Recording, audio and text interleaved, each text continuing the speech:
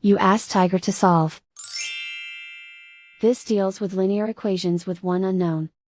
The final result is h equals 16. Let's solve it step by step. Group all constants on the right side of the equation. Subtract 28 from both sides.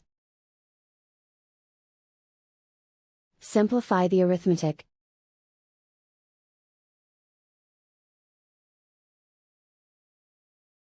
Isolate the h. Multiply both sides by inverse fraction 16 over -7.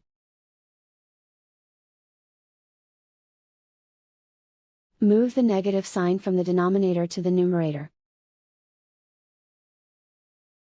Group like terms. Multiply the coefficients. Simplify the arithmetic.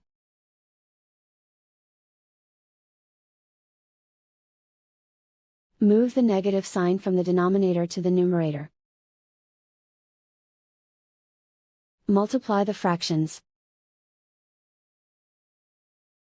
Simplify the arithmetic.